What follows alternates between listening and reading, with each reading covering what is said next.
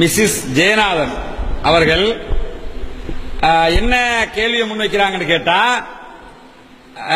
கண்ணால் பார்க்காவிட்டாலும் நம்பிக்கை ரீதியாக நாங்கள் கடவுளை வணங்குகிறோம் என்று சொல்கிறீர்கள். ஏற்கனவே சகோதரர் விஜேந்திரன் அவர்கள் கேட்ட கேள்விக்குரிய பதிலிலிருந்து பிறந்த கேள்வி. அவங்க என்ன கேட்கிறாங்கன்னா, கண்ணால் பார்க்காவிட்டாலும் நம்பிக்கை என்ற அடிப்படையில் கடவுளை வணங்குவதாக சொல்கிறீர்கள். அப்படி வணங்குவதாக இருந்தால் அப்ப எதுக்கு பள்ளி கட்டணும்? எத்தனையோ பள்ளிகளை கட்டுறீங்களே, எதுக்காக பள்ளிகளை கட்டணும்? சும்மா வணங்கிட்டு போகலாமா இல்லையா என்று ஒரு அருமையான கேள்வியை முன்வைத்திருக்கிறார்கள். இந்த கேள்வியை பொறுத்தவரையில நம்பிக்கை ரீதியாக கண்ணால் பார்க்காவிட்டாலும் கடவுள் இவர்தான் என்ற நம்பிக்கை அடிப்படையில் தான் நாங்கள் கடவுளை வணங்குகிறோம். அதுல எந்த மாற்று கருத்தும் கிடையாது. கடவுள் இப்படிப்பட்டவர், ஏற்கனவே நான் சொன்னது போல கடவுளுடைய தன்மைகள் இது, நாம் கேட்டதையெல்லாம் தருவார், இப்படி இப்படி அவருடைய பண்புகள் இருக்கும் என்பதையெல்லாம் புரிந்துதான் கடவுளை வணங்குகிறோம். அதுல எந்த மாற்று கருத்தும் கிடையாது. ஆனால் அப்ப எதுக்கு பள்ளி கட்டணும்? பள்ளி கட்டாமலேயே நீங்க வணங்கிட்டு போயிடலாமே, இதுதான் சகோதரியினுடைய கேள்வி. பள்ளி வாயில்கள் அமைக்கப்படுவதை பொறுத்தவரையில அது எதுக்காக பள்ளி வாயில்கள் அமைக்கப்படுதுன்னு கேட்டா, நீங்க சகோதரி அவங்க கேள்வி கேட்டதை போல பள்ளிகளை கட்டாமலேயே தொழுதுட்டு போயிடலாமே, அப்படி தொழக்கூடியவங்களும் இருக்கத்தான் செய்யறாங்க. இஸ்லாம் அதை தடுக்கவும் இல்லை. இஸ்லாத்தை பொறுத்தவரையில 5 நேர தொழுகைகளுக்கு முஸ்லிம்கள் பள்ளி வாயிலுக்கு வருவார்கள். பள்ளின்னு கட்டியிருக்கிறோம் இல்லையா, இந்த பள்ளி வாயிலுக்கு ஒரு நாளைக்கு 5 நேர தொழுகைகளுக்காக வருவார்கள். இது இல்லாம பல நேர தொழுகைகளை, அதாவது கடவுளோடு நெருங்குவதற்கான விருப்பத்துக்குரிய வணக்கங்கள் இருக்கிறது. பள்ளி வாயிலுக்கு வந்து தொழுகிற தொழுகைகள் அல்லாம கடவுளோட நெருக்கத்தை உண்டாக்கி கொள்வதற்காக விரும்பி தொழுகிற, விரும்பி செய்கிற பல வணக்கங்கள் இருக்கிறது. இந்த வணக்கங்களை அவரவருடைய வீடுகளில் செய்வதுதான் சிறப்புண்டே இஸ்லாம் சொல்லுது. வீடுகளில் செய்வது சிறந்தது. அப்ப ஏன் பள்ளிவாசல் கட்டணும் கேட்டா, இந்த 5 நேர தொழுகையை ஒரு யூனிஃபார்மாக மாற்ற வேண்டும். அதுக்காகத்தான் பள்ளிவாசல் கட்டப்படுதே தவிர எல்லாத்தையும் வீட்டிலேயே தொழுதுகிட்டு போயிடலாம். மார்க்கம் அதை சுன்னத்தான வணக்கங்கள் என்று சொல்லி நார்மலாக கடவுளோடு நெருங்குவதற்குரிய வணக்கங்களுக்கு வீட்டிலேயே தொழுவது சிறப்பு என்று சொல்லக்கூடிய இஸ்லாம் 5 நேர தொழுகைகளுக்கு பள்ளி வாயிலுக்கு வர சொல்வதற்கான காரணம் என்னன்னா, ஒரு யூனிஃபார்ம் உண்டாக்கணும். ஆளாளுக்கு தொழுதுக்கு சொன்னா ஒரு கட்டமைப்பு வராது. இஸ்லாத்தினுடைய சிறப்பம்சங்கள்ல மிக முக்கியமான ஒரு சிறப்பம்சம் என்னன்னா, 5 நேரம் கடவுளை வணங்குவதற்காக முஸ்லிம்கள் அத்தனை பேரும் பள்ளியிலே ஒன்று கூடி விடுவார்கள். குறிப்பாக நபிகளாருடைய காலத்தை நீங்க எடுத்துக்கிட்டீங்கன்னா, நபிகள் நாயகத்தினுடைய ஆட்சியினுடைய கேந்திர மையமாகவே பள்ளி வாயில்கள் தான் திகழ்ந்திருக்கிறது. நபிகளாருடைய பள்ளி என்று சொல்லி மதீனாவுல, சவுதி அரேபியாவுல மதீனாவுல நபிகளாருடைய பள்ளி என்று சொல்லியே ஒரு பள்ளி இருக்கிறது, மஸ்ஜிதுன் நபவி. நபிகளார் முகம்மதுடைய பள்ளி, அது அவர்கள் கட்டிய பள்ளி. அந்த பள்ளி வாயில இருந்துதான் முகமது நபி அவர்கள் ஆட்சி செய்தார்கள். அதுல இருந்துதான் மற்ற அனைத்து காரியங்களையும் முன்னெடுத்தார்கள்.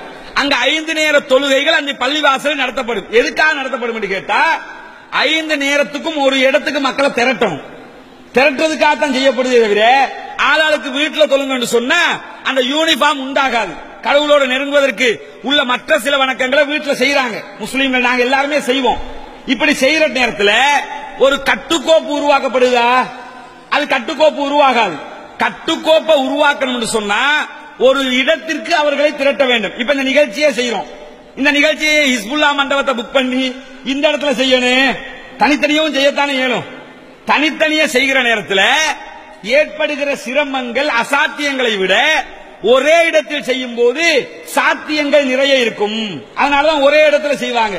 இந்த ஒரே இடத்துல முஸ்லீம்களை ஒன்று கூட்ட வேண்டும் என்கிற ஒரே காரணத்துக்காக, ஒரு யூனிஃபார்முக்காகத்தான் பள்ளி வாயில்கள் கட்டப்பட்டு பாங்கோசை சொல்லப்பட்டு வாங்க பள்ளிக்கு என்று அழைக்கப்பட்டு தொழுகை நடத்தப்படுகிறதே தவிர மற்றபடி அங்க வந்து தொழுதாதான் அந்த நம்பிக்கை உண்டாகும்ங்கிறதெல்லாம் கிடையாது. எங்க நின்று தொழுதாலுமே நபிகள் நாயகம் அவங்க என்ன சொல்றாங்கன்னா, உலகமே எனக்கு வந்து தொழக்கூடிய இடங்களாக மாற்றப்பட்டிருக்கிறது அப்படிங்கிறாங்க. இப்ப நாங்க தொழுக நேரம் வந்துருச்சுன்னு வைங்க, இன்னைக்கு இப்ப நாம நிகழ்ச்சி நடத்திக்கிட்டு இருக்கிறோம், தொழுக நேரம் வந்துருச்சுன்னு சொன்னா இங்க கூட தொழுதுட்டு போயிருவோம். இந்த இடத்துல நாங்க தொழுகையை வச்சுட்டு போயிருவோம். இது பள்ளியா? இது பள்ளி கிடையாது. இது வந்து ஒரு மண்டபம். ஏன் நாங்க தொழுக டைமுக்கு தொழ வேணும் இருக்குது, அவ்வளவுதானே தவிர ஆனா கூட்டா தொழணும். இந்த கூட்டாக தொழுவதற்காக ஒரு இடத்தை இதுதான் இடம் என்று வச்சுட்டா மக்கள் லேசா வருவாங்களா இல்லையா? ஆளாளுக்கு இன்னைக்கு அபூபக்கர் வீட்டுல, நாளைக்கு பாத்திமாட வீட்டுல வச்சிட்டோம்னு சொன்னா ஒரு இடத்துல திரள்வதற்கு இன்னைக்கு யார வீட்டுலயோ தெரியாது அப்படின்னு இருப்பாங்க. இன்னைக்கு அசர் தொழுகை 4 மணிக்கு ஒரு தொழுகை இருக்குது. 4 மணிக்கு தொழுகை யார வீட்டுலங்க? இந்த காலம்னா வாட்ஸ்அப்ல மெசேஜ் வரும் வரைக்குமாவது பாத்துக்கிட்டு இருப்பான்.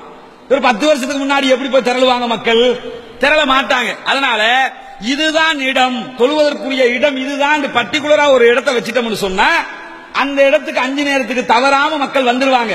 இதுக்காகத்தான் பள்ளிவாசல்கள் கட்டப்படுவதே தவிர மற்றபடி அந்த இடத்துக்கு வந்தாதான் கடவுளோட நெருங்க முடியுங்கிறது இல்ல. அங்க கடவுள் உட்கார்ந்துகிட்டு இருக்கிறாருன்னு எங்க முஸ்லீம்கள் யாருமே சொல்லல. பள்ளிவாசலுக்குள்ள கடவுள் உட்கார்ந்துகிட்டு இருக்கிறாரு நம்பிக்கை இருக்குதான்னு கேட்டா அந்த நம்பிக்கையும் இல்ல. பள்ளிவாசலுக்குள்ள கடவுள் கிடையாது. கடவுள் எங்க இருப்பாருன்னா 7 வானத்துக்கு மேல அவருடைய இருப்பிடம் இருக்குது, அரிசிங்கிற இருப்பிடம். அங்கதான் கடவுள் இருப்பாரு. அங்க இருந்து நம்மளை கண்காணிப்பாரு. அத்தனை பேரும் ஒரு இடத்திற்கு திரள வேண்டும் என்பதற்காக நபிகள் நாயகத்துடைய காலத்திலேயே இந்த செட்டப் கொண்டு வரப்பட்டது. அந்த அடிப்படையில் தான் ஊருக்குள்ள பள்ளி வாயில்கள் கட்டப்பட்டு தெருவுக்கு தெருவு கூட கட்டியிருப்பாங்க. ஏன் கட்டியிருப்பாங்க? ஆரம்ப காலத்துல பாத்தீங்கன்னா முழு காத்தான்குடிக்கும் ஒரு பள்ளிவாசல் இருந்திருக்கும். இன்னைக்கு காத்தான்குள்ள தெருவுக்கு ஒரு பள்ளிவாசல் இருக்கும். ஏன் இருக்கும்? மக்கள் ஜனப்பெருக்கம் அதிகமாக அதிகமாக தேவைகள் உண்டாக உண்டாக அத்தனை பேரும் ஒரு இடத்திற்கு போய் ஒரு ஊருக்குள்ள ஒரே இடத்துல குழுமுறதை விட அங்கங்க குழுமுறதுக்கு ஈஸியாக என்ன செய்வாங்க?